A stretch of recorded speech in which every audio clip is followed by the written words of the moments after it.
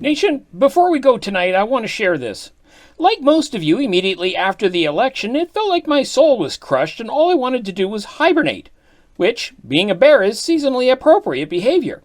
But let's face it, hiding isn't going to cut it. I've often consoled people by comparing our current trials to those of history because history is cyclical, and I remember the late 1960s when political corruption put the wrong man in the White House, when political operatives broke laws, when the economy was in shambles because a shift to new technologies wasn't being embraced quickly enough by governments economically stuck in the past, when racial strife and foreign wars and the threat of annihilation at the hands of the Russians seemed not only likely but imminent. And we survived that. We came through it. Things eventually got better.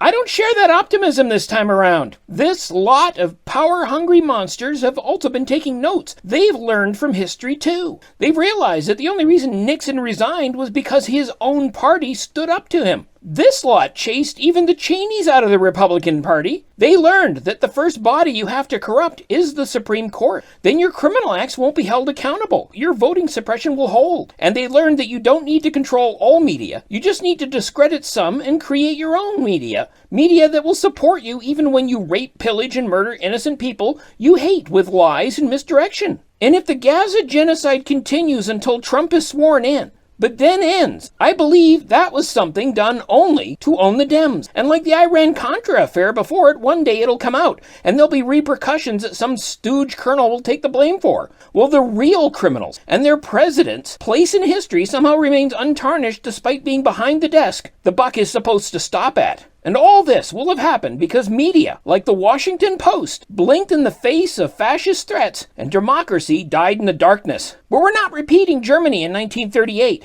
No, somehow this will be far worse. This Reich might stick. So I have no comforting words to impart to you except to say the Roman Empire eventually collapsed. The Spanish Inquisition did not last forever, and even the Dark Ages eventually came to an end. Sure, it took centuries, but I know one decade, maybe long after we're all dead, this too will pass. I just don't know how much suffering there'll be before we get there, and that's the hard part, and I think we all know it. Evaluate your position and do what you can now to consolidate your own support group, because at the very least, we're going through a period where each of us are on our own.